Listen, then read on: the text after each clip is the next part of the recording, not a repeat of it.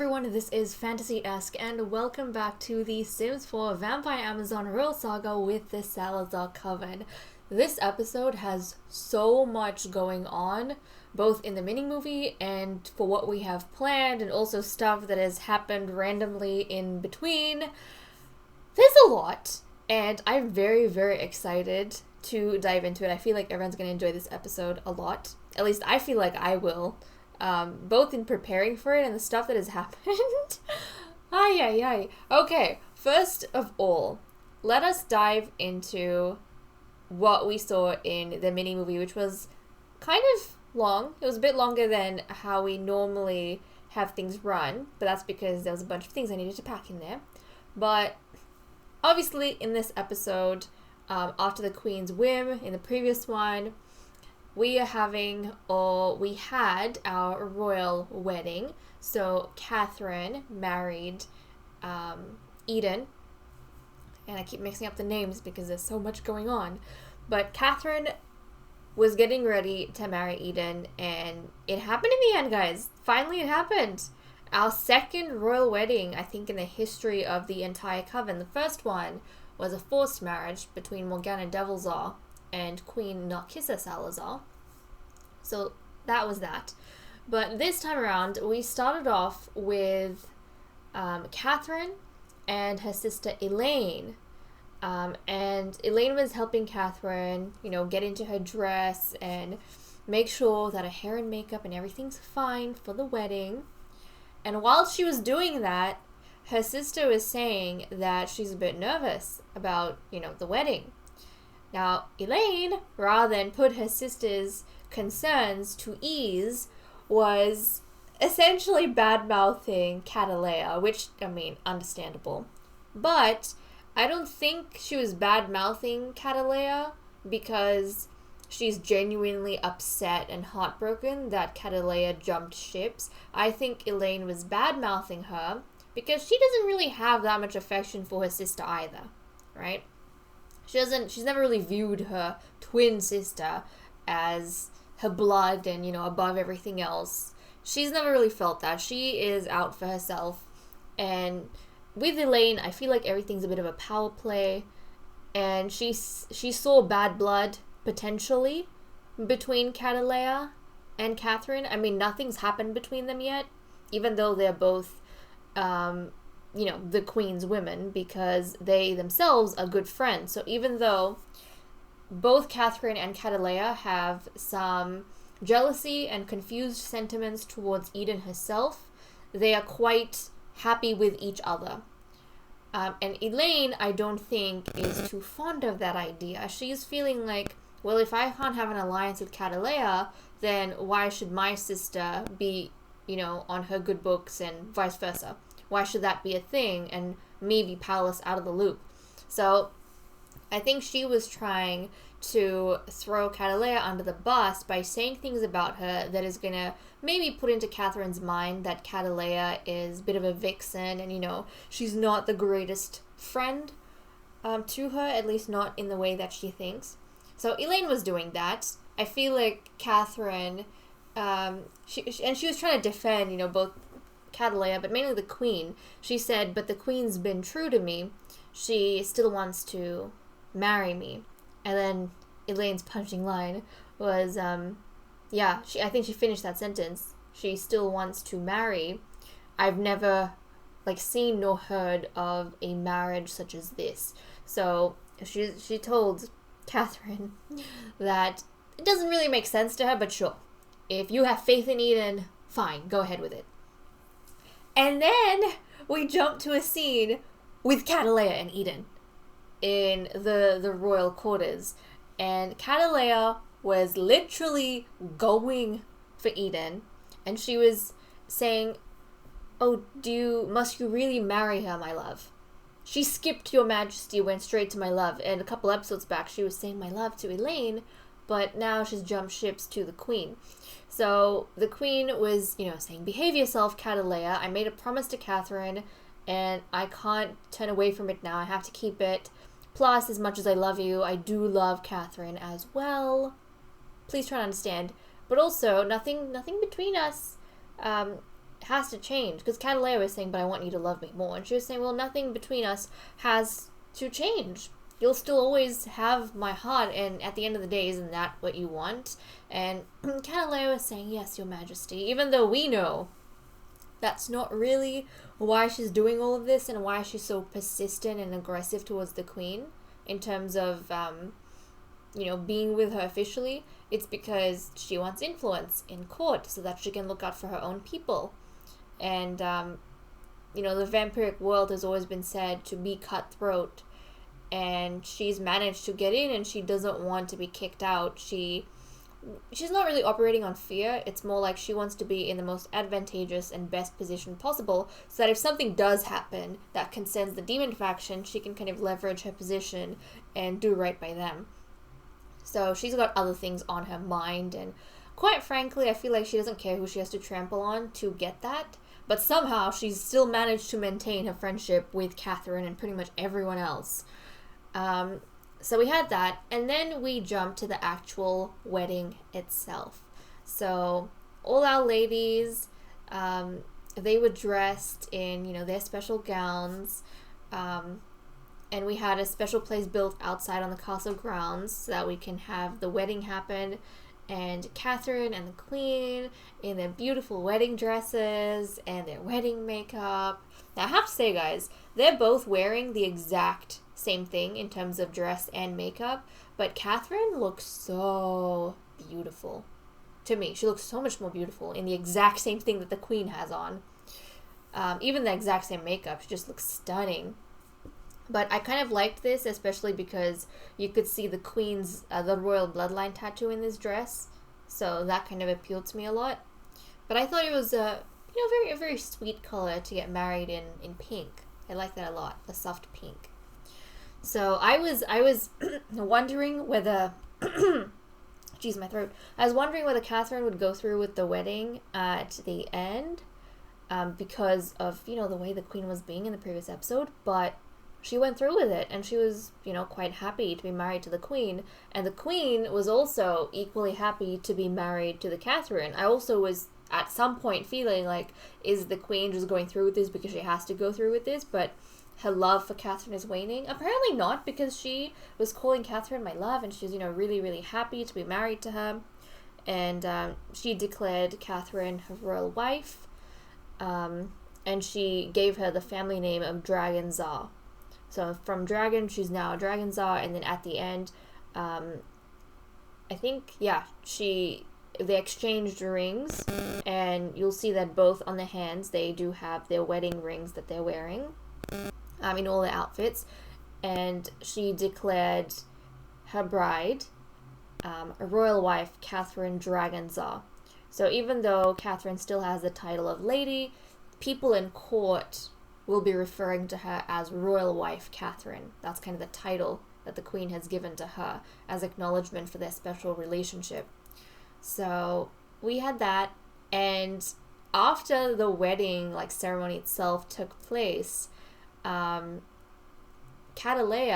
everyone is congratulating the queen, and I found it really cute that when the queen was declaring Catherine her wife, then Princess Kyra, she was cheering, she was throwing her hand in the air, and I loved that. Obviously, she's excited for Kyra to be her stepmother.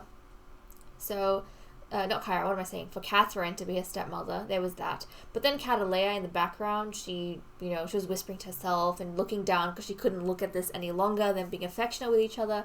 And Juno, Princess Juno, she was standing on the side, and while everyone was focused on the queen and Catherine, she was looking at Catalea, and she noticed that Catalea isn't nearly as happy as everyone else with the wedding.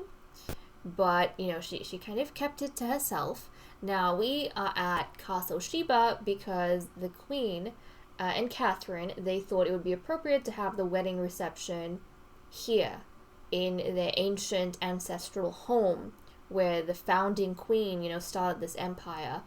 And because, this is where we have a lot of their remains and such, and they just thought having the reception here would be great, so that their marriage hopefully is imbued with the blessings of their ancestors. So that's kind of what they went with, and the kids have invited over essentially all of their friends, and we have all the ladies in this household, so I didn't have to worry about the adults calling their particular group, like the court, together, because the court is here. So you'll see a lot of the teenagers and kids running around. Now, what has happened since then? So, between the mini-movie and now, basically, Catherine and the Queen's relationship is kind of looking good right now. They've been quite lovey-dovey ever since they got married and, giving each other quite a lot of affection. In the background, just before we jumped in, Catalea and Elaine, guys, something finally happened because they are getting into their very first fight. That's right, they're walking. You can see I had to get them in this frame. The Queen looks a bit concerned because they have just gone out and they're about to have a fight. And I think Juno was in the same room as them, off to the side, and she's just come really quickly to tell her mother that something happened between Catalea and Elaine, and they are going out to have a fight with each other. So we're gonna have to check up on that and see what's going on. But I think whatever was going on between them finally kind of bubbled. And knowing Elaine, she must have said some snide thing to Catalea about the Queen and Catherine, and Catalea obviously didn't like it. And I don't know who initiated the fight, but regardless, they're both going out to fight. Their relationship has definitely gone from one end of the spectrum to the other, so we'll get to see that. Another thing we have going on, Princess Eve, guys, has aged up into a child. So I have given her a makeover and she has moved into the castle with us. So we need to take a look at Princess Eve as well. So that should be quite exciting. And then she has her group of companions, which consists of Chance, Leon, and George. So she's got the two spellcaster brothers, and then I think she has Catalea's nephew, Chance, yep. And then she's got she's got Prince Daryl as well. Yeah, Prince Daryl, and then Leon, Catherine's son. So hopefully they have, a fun time with each other, and we can take a look at some of them. But okay, that was a long intro because we had so much to talk about. But guys, on top of this wedding thing that's happened, the reception, the fight that's going on outside, taking a look at Princess Eve, we also have Azora, who's going to be giving birth like at 7 a.m. in the morning, and I'm pretty sure it's like 2-3 a.m. right now. So we have that going on, and then we're going to have the council reappointment after the birth. So this episode is like jam-packed with a ton of things. So let's dive right in. And oh my goodness, Princess Eve. Before we get to Eve, so we are having, the wedding reception here, of course. And basically everyone is we're going to spend this episode here. So everyone can imbue themselves with the blessings of the ancestors. And, if we happen to see any ghosts around, then that'll be cool. If we don't, that's fine. But we have put the wedding portrait of the Queen and Catherine up here so that everyone can take a look and know that the event is in honor of these two ladies who just look gorgeous. I mean, especially Catherine. She looks so pretty, guys. She looks so darn pretty. But this portrait is going to stay here in Castle Sheba. We have a copy of this portrait, or the original. This is a copy. The original is actually back in Castle Eden, and it is behind the throne right at the back there. So the stacked paintings we had, that's been moved, and now whenever we look at the throne room, we're going to see this beautiful wedding portrait of Queen Eden and royal wife Catherine. So I'm very excited about that. And in future breedings, whenever we have throne room scenes, we're going to see this. So I'm really, really hyped for that to be there. And then I want to take a look at Eve. Let's take a look at Eve, guys. Let's take a look at lovely Princess Eve. I wonder if... but then we also have this fight going on. Maybe we should focus on the fight. Hold on a second. Actually, yeah, we can do this and I won't disrupt the fight. Okay, there wasn't a ghost. I thought I saw a ghost. This is Princess Eve Salazar, everyone. Look at her. She does not look like any of the Salazar princesses we've ever had in the past. She does not look like her sisters. She does not look like her brothers at all. She is just so different and she looks so visitant. But this is her. I just love her. I just love her. Now, she's definitely inherited her mother's eye shape. And I don't know if she's going to be as beautiful as Kyra. I don't think she's going to be as beautiful as Kyra. But guys, I am absolutely in love with her. And I think she's my favorite princess right now. I don't know what other princesses we might get, if we will get any more, or if this is the final one. But I have to say right now, Eve is my favorite princess, even though I feel like Kyra might be the most beautiful. And I kind of want Eve to be the queen. I kind of want Eve to get the throne. But we all know that's out of my control. We have a way the succession works. We have certain rules. And, I mean, the rules will dictate. The game will decide who becomes queen in the end. But I really, really want Eve to be queen. I'm just so in love with her. Her background, her family history, her appearance. I love everything about her. But her trait, so she randomized the trait self-assured.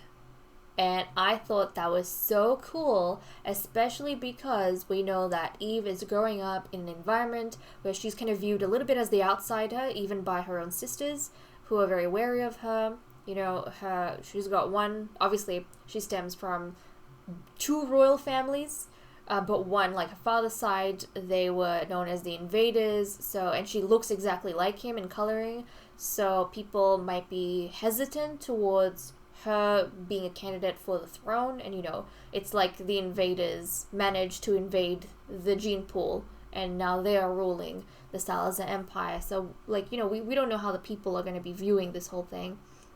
But she is confident in herself.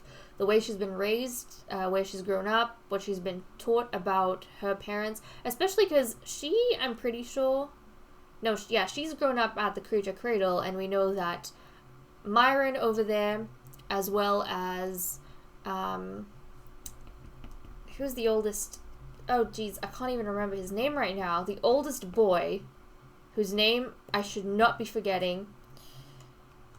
hold on a second. Hold on, Ace. Actually, do you know? Who's your oldest brother? Rusty. I'm so sorry, Rusty, my boy.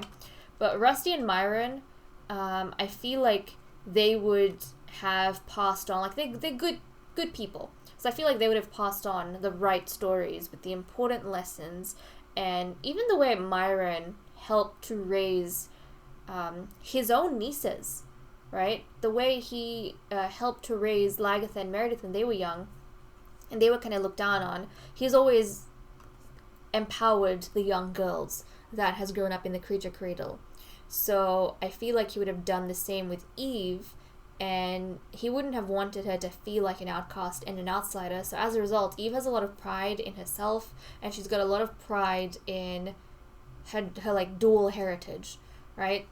And I also feel like that use of authority, she's very particular about how people refer to her. So with Kyra and with Juno, depending on who's talking to them, they people call them by their names. Sometimes they just say princess. But I feel like with Eve, she's going to be very particular that people refer to her. Like, unless you are her older sisters or you are her mother, you must refer to her as Your Highness. I feel like Eve's going to be very particular about that. She's not going to like it when people call her by her name. Like, you know, they might call her Princess Eve, or they might call her Your Highness. But if people just call her Eve or my child, I don't think she's going to be very happy about that. Unless it's Eden or Kyra and Juno, only because they're her family members and they're older than her. So, there we go. That is our lovely, our beautiful Eve. But just like taking a look at her all around, look at how cute she looks. So adorable. But this boy she's talking to here is George. This is young George, whose father is Hades. Your father basically mind-controlled your mother and made your mother... Actually, no, by that point your mother did it voluntarily, but, you know, your mother killed her father, so I feel like they're old enough to know this, but who knows how that's gonna turn out. And you guys were saying in the comments, it'll be interesting to see what kind of relationship develops between Eve and the Coven Rose kids, because the Coven Rose kids, you know, their mother killed her father, so you'd assume they have bad blood, but I don't know. And we already saw that Xander's been outcasted, at least by Channing and his group, and Channing's officially courting Princess Kyra, who is the heiress, so I don't know if that's going to influence Kyra's opinion, but if Kyra doesn't like you, I feel like you're going to be in trouble. So, there is that. But okay, let's see what's happening with this fight. Vampiric duel. Okay, I'm thinking Elaine was the one who initiated the fight then, because it's already in here, but for Catalea, it's just popping in. So I'm assuming that Elaine said something to trigger Catalea, and now she's escalated things enough to have a fight. So let's take a look at these ladies and see who exactly is going to win. Ay. Of all the places to do this, of all the times to be doing this, you choose now? You two choose now? Oh my goodness. Okay, well here they go. Here these two go. Ay. And look, in front of all the kids as well. Oh, and Elaine definitely showed Catalea her place.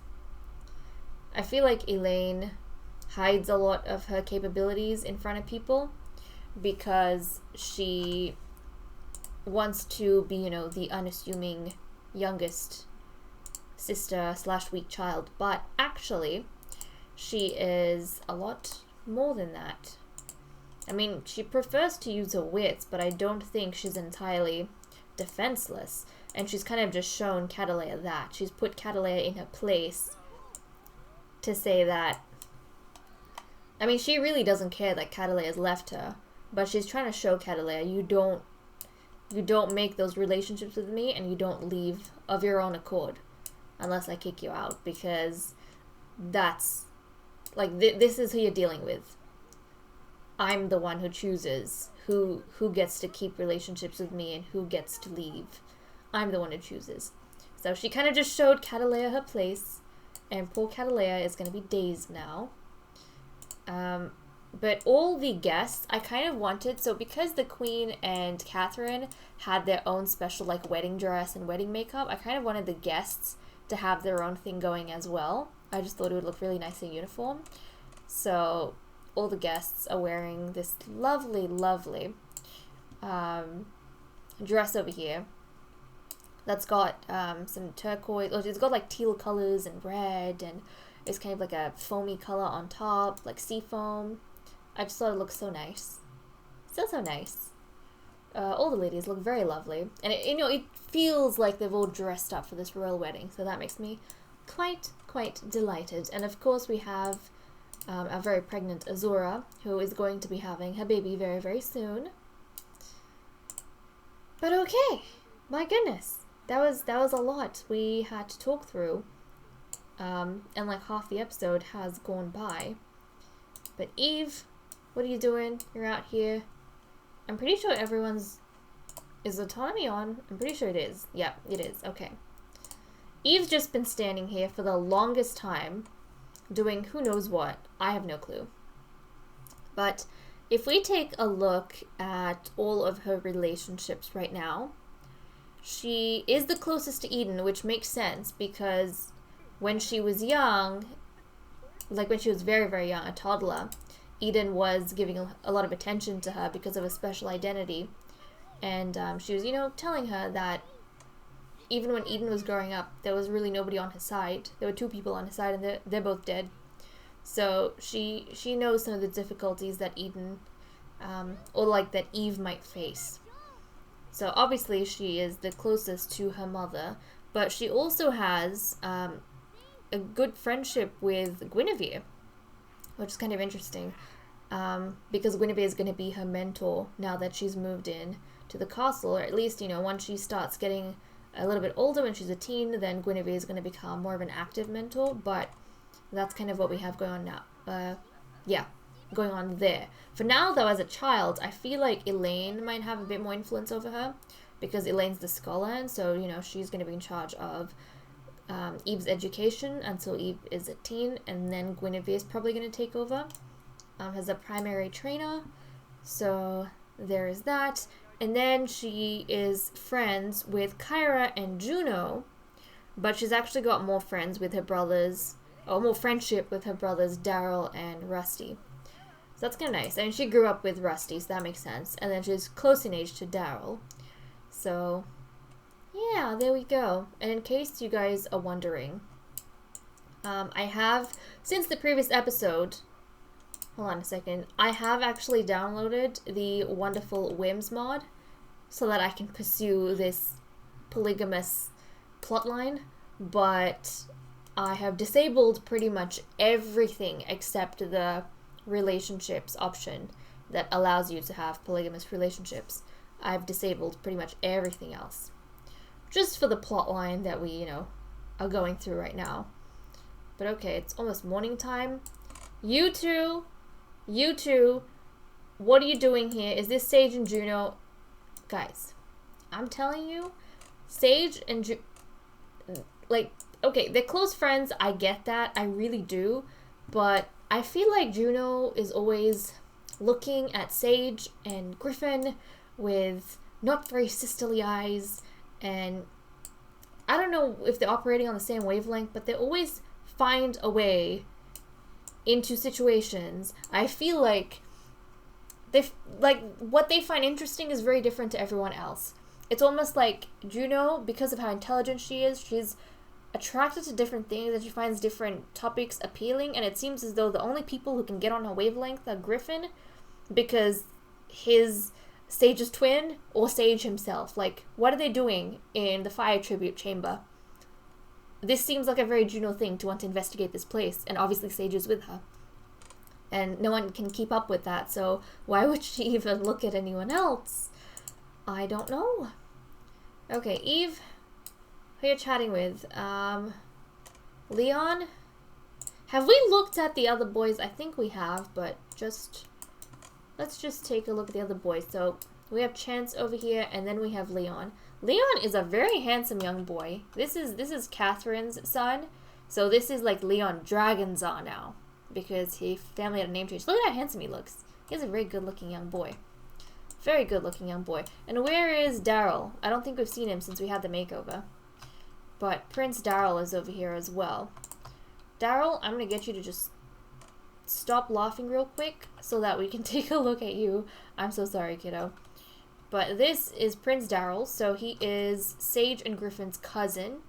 He's the son of Jackie, the one who died. And I have to say, he is not as handsome as Sage and Griffin. I feel like Sage and Griffin are the most good-looking boys of their age. At least as teens, that's what it seems. Unless the youngsters age up and then we can compare. But he's still quite good-looking. He's still quite good-looking. So yeah, oh geez, where's the camera going? That's Daryl right there. And then Rusty, whose name I forgot. He has a very cat-like appearance. And that reminds me of Siri quite a bit. And then we have Ari. Ari, who has Meredith's freckles. So cute. So cute. But okay, you boys chat amongst yourselves. And with Eve. Juno. How you going, Juno?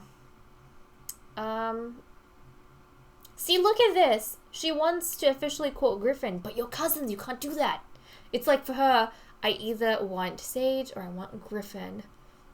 But you're related to them. I mean, we've bred our characters back into the bloodline before, but it's been like they have generations between them, you know? So that they're not that closely related. Being cousins in the same generation is a bit much, you know? It's a bit much. Okay, Azora, oh, poor Azora, she just wants to sleep. She's tired, she just wants to sleep. Okay. Right. She is going to be having this baby very, very soon. I'm going to have to get some of our Sims moved out in a bit. Does anyone have any particularly interesting whims for me to pursue? Eden, you're already married to Catherine, so that doesn't even count. But Catalea, guys, Catalea, she still wants to get engaged to Eden. So all of this has just spurred her on even more.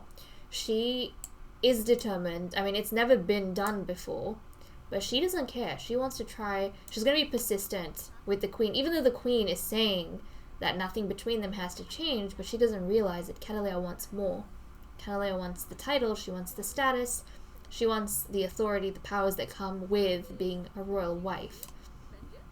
And she's not going to stop. I mean, she knew her place because at the end of the previous episode, the queen told her, you know, after they had the shawoohoo, she said, I'm already betrothed to Catherine. We can't, like, I can't break that and then have something with you. She made that clear. But despite that, on the flippin' wedding day, Catalea was all over the queen in the queen's chambers, wanting the queen's attention. She was supposed to help the queen get ready, but she was over there, really. I mean, everyone knows she's the queen's mistress, but still, the queen expects a certain amount of respect when it comes to her decisions, and Catalea was putting up a fuss, essentially, that, no, do you really have to get married to her? Do you really have to? She's being really persistent. But I suppose time will tell whether or not she's successful in this matter. But okay, Azora is ready to have this baby. We need to get things moving. I have to get these Sims shifted. I'm probably going to move a bunch of them back to Castle Eden, just for the baby's birth before I move them back in. And we can continue with the episode here in Castle Sheba. But let's start this. Oh my goodness. What is happening? This should not be happening. Well, guys, let me sort that out and then we'll be right back. Right, everyone is gathered upstairs of relevance, of course.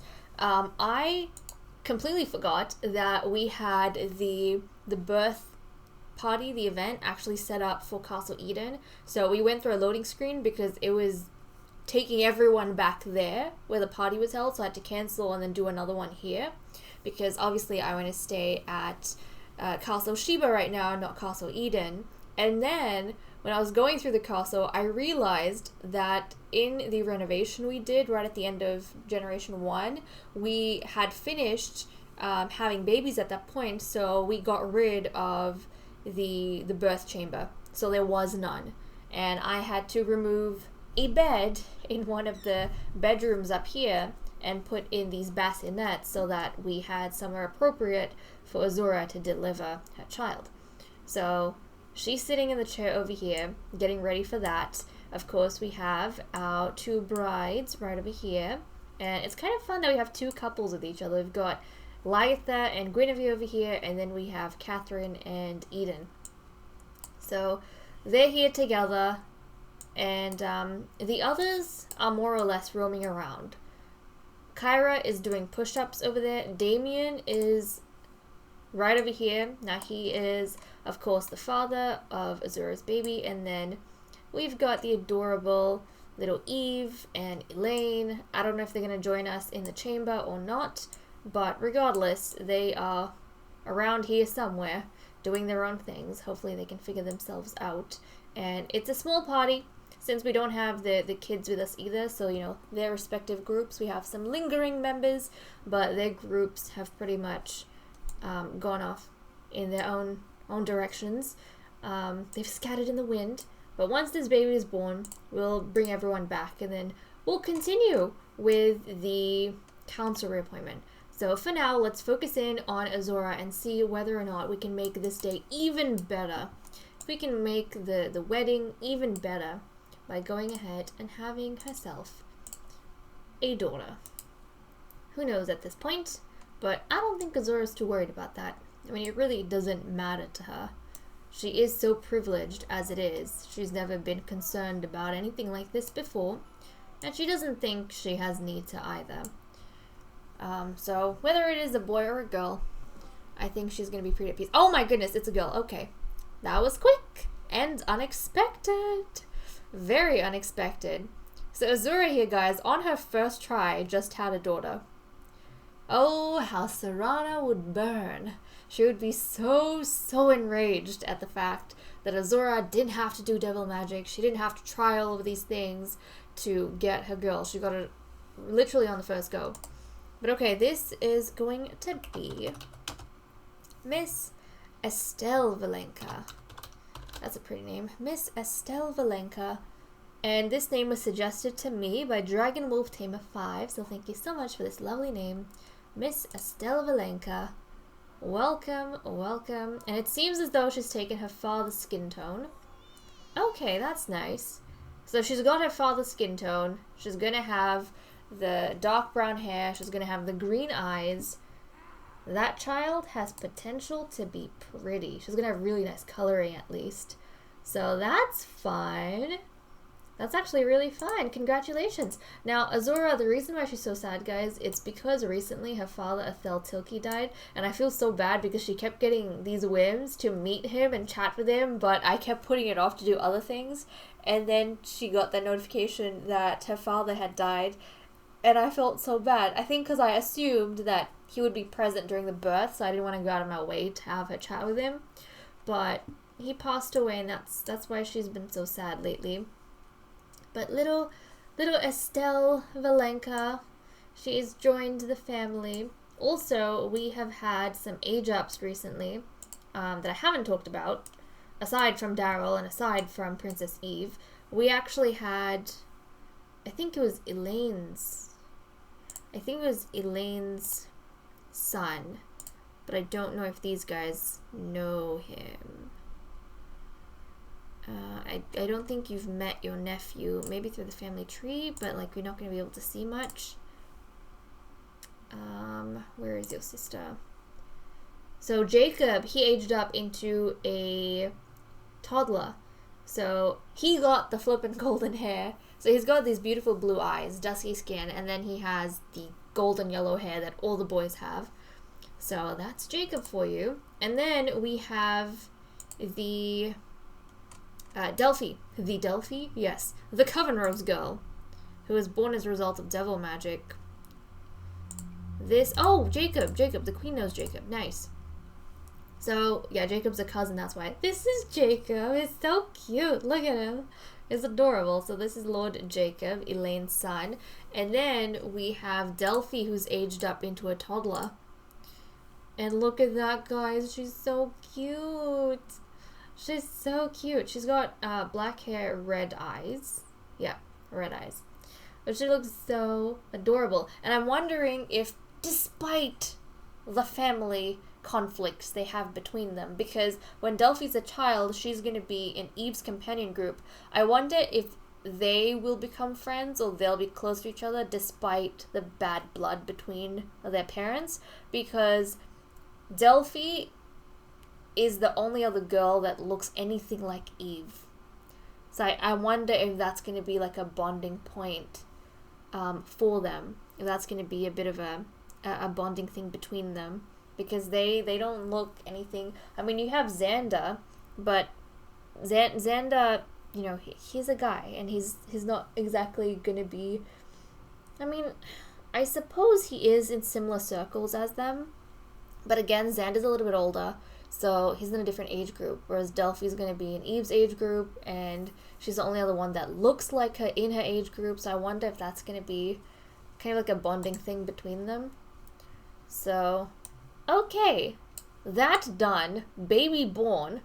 I need to move everyone back in. This baby needs to be taken to the Glenbrook Embassy so she can be raised alongside Delphi.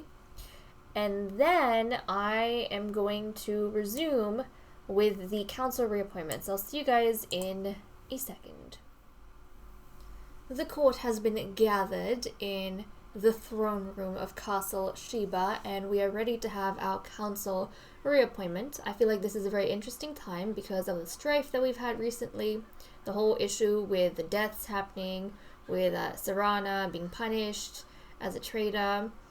And then, of course, this whole drama with Catalea being the queen's mistress and the queen having her wedding, her royal wedding, the first one in this generation and first one in a long time that we've had with Catherine, royal wife Catherine.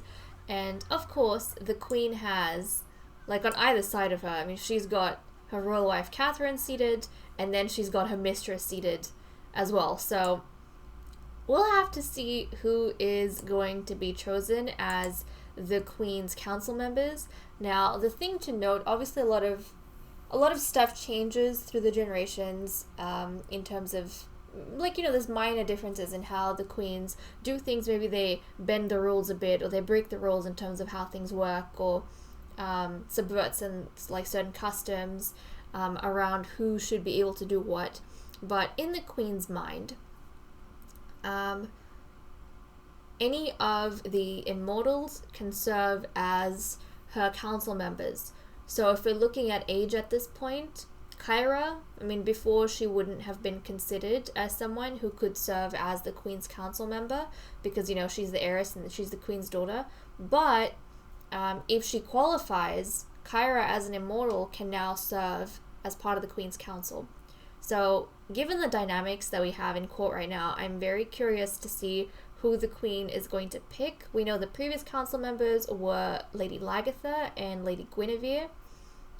In terms of alliances right now, obviously the queen has Catherine on one side and Catalea on the other. Catalea and Catherine are good friends with each other. Lagatha and Catalea do not get along well at all. We know now Elaine and Catalea have an issue with each other. Juno doesn't like Elaine, but she knows that Catalea isn't happy with Catherine and Eden's marriage.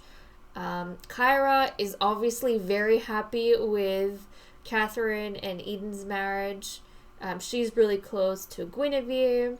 Guinevere obviously is close to Lagatha. Azura, she's still trying to find her place in all of this. And Eve is just new to everyone and everything. And right now, the only trusted members of the house for her really are Eden and Guinevere. But let's go ahead, let's take a look at the Queen's relationship panel and see who are going to be advisors. And, you know, this might play a role in some of the things that will happen in the future. Well, we shall have to see. Let's pull up her relationship panel. We're going to jump to household members. And nope, this is Catherine. We want the queen. We want the queen. Okay, well, guys. Well.